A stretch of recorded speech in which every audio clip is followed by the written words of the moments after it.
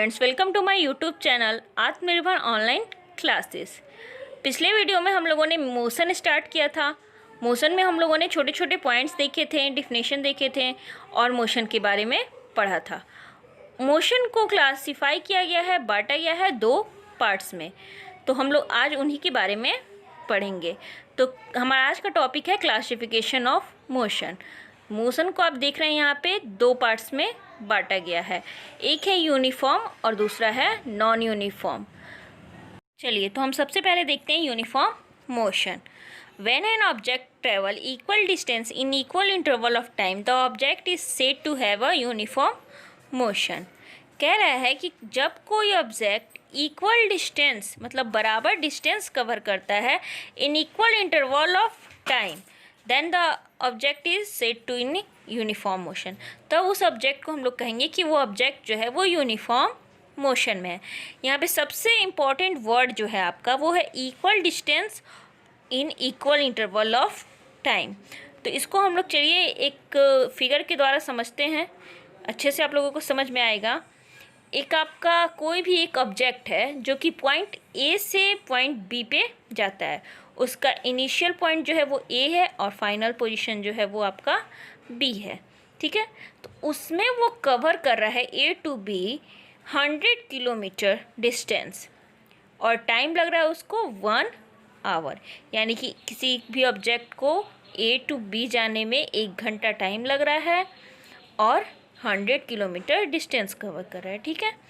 फिर वही ऑब्जेक्ट जो है वो नेक्स्ट बी टू सी जा रहा है, डिस्टेंस है यहाँ पे भी 100 किलोमीटर और टाइम है 1 आवर।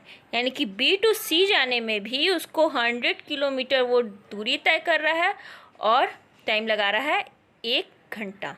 तो हम लोग देख रहे हैं यहाँ पे जो ऑब्जेक्ट है वो इक्वल डिस्टेंस कवर कर रहा है इक्वल इंटरवल ऑफ टाइम में।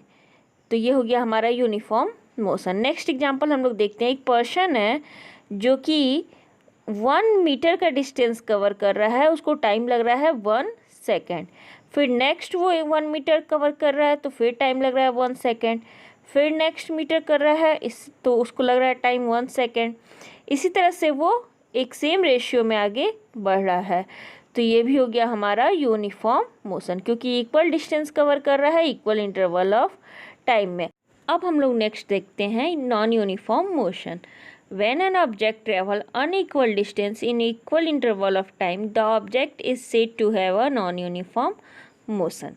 इसमें क्या कह रहा है देखिए कि अगर कोई ऑब्जेक्ट अनइक्वल डिस्टेंस यानी कि डिस्टेंस उसका सेम नहीं होना चाहिए इन इक्वल इंटरवल ऑफ टाइम, अगर कोई ऑब्जेक्ट अनइक्वल डिस्टेंस कवर करता है इक्वल इंटरवल ऑफ टाइम में, मतलब टाइम वही होगा लेकिन डिस्टेंस डिफर होगा, तो उसको हम लोग बोलेंगे नॉन यूनिफॉर्म मोशन।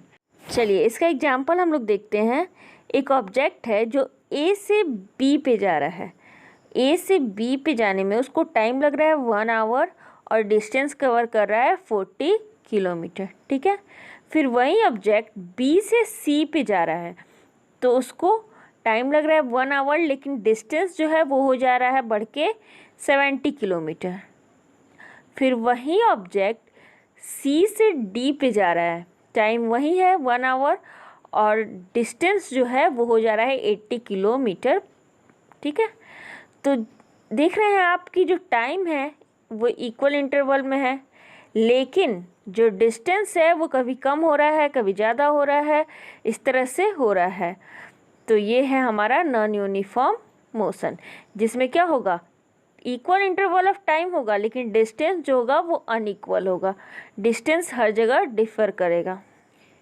यहाँ पे आपको एक बाइक राइडर दिख रहा होगा, ये दूसरा एग्जांपल है जिसमें एक बाइक राइडर क्या कर रहा है। सबसे पहले वो 1 सेकेंड में डिस्टेंस जो कवर कर रहा है वो है 13.5 मीटर। नेक्स्ट 1 सेकेंड में वो डिस्टेंस कवर कर रहा है 24 मीटर। तो देख रहे हैं हम लोग कि टाइम तो इक्वल है लेकिन डिस्टेंस जो है वो डिफ़र कर रहा है। तो इस कंडीशन में क्या होगा, ये नॉन यूनिफॉर्म मोशन है क्योंकि ये अनइक्वल डिस्टेंस कवर कर रहा है इक्वल इंटरवल ऑफ टाइम में। चलिए तो अब हम लोग देखते हैं सबसे इम्पॉर्टेंट क्वांटिटी जो कि है हमारा स्पीड।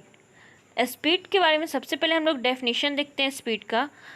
तो स्पीड का डेफिनेशन क्या होता है? Speed of an object is defined as the distance travelled by an object per unit time. किसी भी ऑब्जेक्ट के द्वारा जो डिस्टेंस कवर किया जाता है पर यूनिट टाइम में, वो होता है स्पीड। फॉर एग्जाम्पल, जैसे कि हम लोग मान लेते हैं कि एक पॉइंट है ए से बी, ठीक है। दोनों के बीच का जो दूरी है वो है, यानी कि डिस्टेंस हमारा क्या है, 100 किलोमीटर, ठीक है। 100 किलोमीटर अब हमारा डिस्टेंस हो गया। एक ऑब्जेक्ट है जो कि है एक्स। अब एक्स को 100 किलोमीटर ट्रैवल करने में टाइम लग रहा है 2 आवर्स, ठीक है। नेक्स्ट एक और ऑब्जेक्ट ले लेते हैं हम लोग जो कि वाई है। तो वाई को 3 आवर्स लग रहा है 100 किलोमीटर ट्रैवल करने में, ठीक है। दोनों को हम लोगों ने टाइम देख लिया, एक को 2 आवर लग रहा है, एक को 3 आवर्स। डिस्टेंस वही है लेकिन दोनों का टाइमिंग जो है वो अलग अलग हो जा रहा है। तो इसमें हम लोग क्या कह सकते हैं कि जो x है वो फास्टर ट्रैवल कर रहा है, क्योंकि डिस्टेंस वही है लेकिन कम टाइम ले रहा है, तो कम टाइम लेगा तो फास्टर ट्रैवल करेगा। x जो है वो फास्ट ट्रैवल कर रहा है y से। तो इसमें हम लोग क्या देख रहे हैं, उसका स्पीड देख रहे हैं। तो स्पीड को हम लोग कैसे डिनोट करते हैं, डिस्टेंस अपॉन टाइम से। अब हम लोग देखते हैं इसका SI यूनिट। SI यूनिट इसका फुल फॉर्म होता है स्टैंडर्ड इंटरनेशनल यूनिट, जो कि हर जगह इसी यूनिट को फॉलो किया जाता है। तो इसका डिस्टेंस का जो SI यूनिट होता है वो होता है मीटर और टाइम का सेकंड। तो स्पीड का क्या हो जाएगा, डिस्टेंस अपॉन टाइम, यानी कि मीटर अपॉन सेकंड, यानी कि मीटर पर सेकंड। स्पीड को एक्सप्लेन करने के लिए हम लोगों को डायरेक्शन की ज़रूरत नहीं पड़ती है, इसीलिए स्पीड जो है वो हमारा स्केलर क्वांटिटी होता है। अब देखिए स्पीड का जो हम लोग फार्मूला देखे थे, speed equal to distance upon time, उस फार्मूला से हम लोग 3 फार्मूला बना सकते हैं। एक तो हमारा speed equal to distance upon time हो जाएगा। दूसरा हम लोग देख रहे हैं, अगर हम लोग को डिस्टेंस निकालना है तो स्पीड इनटू टाइम हो सकता है, या फिर अगर टाइम निकालना है तो हम लोग स्पीड डिस्टेंस अपॉन स्पीड कर सकते हैं। आपको ये अच्छे से फिगर से समझ में आ रहा होगा। चलिए अब हम लोग नेक्स्ट क्वांटिटी देखते हैं, average speed. If the motion of an object is non uniform then we calculate the average speed to signify the rate of motion of the object. जब कभी जो मोशन होता है वो नॉन यूनिफॉर्म में आ जाए तब हम लोगों को एवरेज स्पीड कैलकुलेट करने की ज़रूरत पड़ जाती है, ठीक है। तो एवरेज स्पीड निकालने के लिए हम लोग क्या करते हैं, टोटल डिस्टेंस ट्रेवल, उस टाइम क्या होगा, डिस्टेंस जो होगा वो डिफर करेगा, तो टोटल डिस्टेंस जो होगा उसको हम लोग ऐड करेंगे अपॉन टोटल टाइम टेकन। यही होता है हमारा एवरेज स्पीड। जितना डिस्टेंस कवर किया उसको ऐड कर देंगे डिवाइडेड बाय जितना टाइम हुआ उतना, तो हमारा निकल जाएगा एवरेज स्पीड। इसका यूनिट जो होगा वो सेम होगा, मीटर पर सेकेंड। चलिए अब हम लोग इसी पे एक एग्जांपल देखते हैं। If an object travel 10 metre in 3 seconds and 12 metre in 7 second. एक ऑब्जेक्ट है जो कि ट्रेवल कर रहा है 10 मीटर 3 सेकेंड में और नेक्स्ट 12 मीटर 7 सेकेंड में, then its average speed will be, तब उसका एवरेज स्पीड क्या होगा। सबसे पहले हम लोग क्या करेंगे, टोटल डिस्टेंस निकालेंगे। तो टोटल डिस्टेंस निकालने के लिए हम लोग 10 + 12 करेंगे तो आएगा हमारा 22 मीटर। उसके बाद से टोटल टाइम निकालेंगे तो 3 + 7 यानी कि 10 सेकेंड। अब एवरेज स्पीड का फॉर्मूला क्या होता है, total distance upon total time.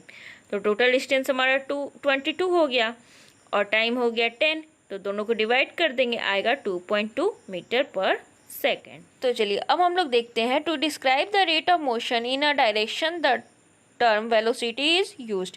अगर इसी स्पीड में हम लोग डायरेक्शन भी जोड़ लें तो उसको हम लोग वेलोसिटी के नाम से जानेंगे। It is defined as the speed of an object in a particular direction. Velocity को कैसे डिफाइन किया जाता है, स्पीड ही हो लेकिन वो एक पार्टिकुलर डायरेक्शन में हो, जैसे कि 15 किलोमीटर पर आवर इन नॉर्थ डायरेक्शन, ठीक है। तो 15 किलोमीटर पर आवर क्या हो गया, आपका स्पीड हो गया, और इसी में नॉर्थ जो हम ऐड कर दिए वो आपका डायरेक्शन हो गया। तो स्पीड के साथ साथ अगर डायरेक्शन भी जुड़ा हुआ रहे तो वो हो जाता है हमारा वेलोसिटी। यानी कि यहाँ पे हम लोग डिस्टेंस नहीं डिस्प्लेसमेंट लेंगे, क्योंकि डिस्प्लेसमेंट में क्या होता है, डायरेक्शन भी होता है, डिस्टेंस में डायरेक्शन नहीं होता था। तो उसके अकॉर्डिंग वेलोसिटी का जो फॉर्मूला है वो हो जाएगा डिस्प्लेसमेंट अपॉन टाइम। यूनिट इसका होगा वही मीटर पर सेकंड, क्योंकि डिस्प्लेसमेंट का भी यूनिट क्या होता है, मीटर, और टाइम का सेकंड। तो इसको अगर हम सिंबल के द्वारा रिप्रेजेंट करना चाहें तो मीटर पर सेकंड या फिर मीटर सेकंड इनवर्स। अब हम लोग एवरेज वेलोसिटी का दो केस देखेंगे। एवरेज वेलोसिटी में दो केस होता है, दो कंडीशन में हम फॉर्मूला दो तरह से यूज़ कर सकते हैं इसमें। पहला केस है यूनिफॉर्म मोशन का। अगर यूनिफॉर्म मोशन का केस है, कोई ऑब्जेक्ट यूनिफॉर्म मोशन में है, तो उस टाइम अगर हम लोग को एवरेज वेलोसिटी निकालना है तो हम लोग क्या करेंगे, इनिशियल वेलोसिटी जो उसकी स्टार्टिंग वेलोसिटी होगी plus final velocity. Initial velocity को हम लोग u से डिनोट करते हैं और फाइनल वेलोसिटी को v से डिनोट करते हैं। तो u प्लस वी अपॉन 2 कर देंगे, ठीक है। अब दूसरा केस देखते हैं हम लोग।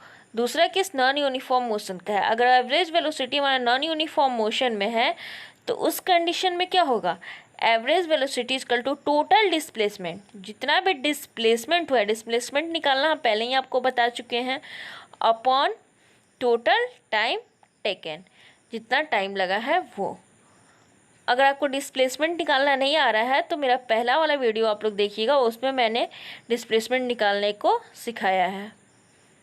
चलिए अब हम लोग सबसे इम्पॉर्टेंट डिफरेंस बिटवीन देखते हैं स्पीड और वेलोसिटी में। स्पीड और वेलोसिटी में क्या डिफरेंस होता है। It is defined as the rate of change of distance. Speed जो होता है वो रेट ऑफ चेंज ऑफ मतलब डिस्टेंस में जो चेंज होता है अपॉन टाइम, और वेलोसिटी जो होता है वो होता है आपका it is defined as the rate of change of displacement, यानी कि डिस्प्लेसमेंट अपॉन टाइम, ठीक है। ये पहला डिफिनीशन इसका डिफरेंस हो गया। नेक्स्ट है it is a scalar quantity. Speed जो है वो हमारा स्केलर क्वांटिटी है, और वेलोसिटी जो है it is a vector quantity, वो एक वेक्टर क्वांटिटी है, यानी कि वेलोसिटी में डायरेक्शन होता है, स्पीड में डायरेक्शन नहीं होता है। थर्ड पॉइंट है it can never be negative और जीरो। स्पीड जो है वो कभी भी निगेटिव या ज़ीरो नहीं हो सकता है, बट वेलोसिटी का देखते हैं it can be negative, zero और पॉजिटिव। ये निगेटिव भी हो सकता है, ज़ीरो भी हो सकता है, पॉजिटिव भी हो सकता है। देखिए ज़ीरो किस कंडीशन में होगा, पिछले वीडियो में मैंने आपको बताया था कि डिस्प्लेसमेंट जो होता है वो ज़ीरो हो सकता है। तो वेलोसिटी का फॉर्मूला क्या होता है, डिस्प्लेसमेंट अपॉन टाइम। तो डिस्प्लेसमेंट ज़ीरो होगा तो ज़ीरो अपॉन टाइम जो भी होगा तो क्या होगा, ज़ीरो आ जाएगा।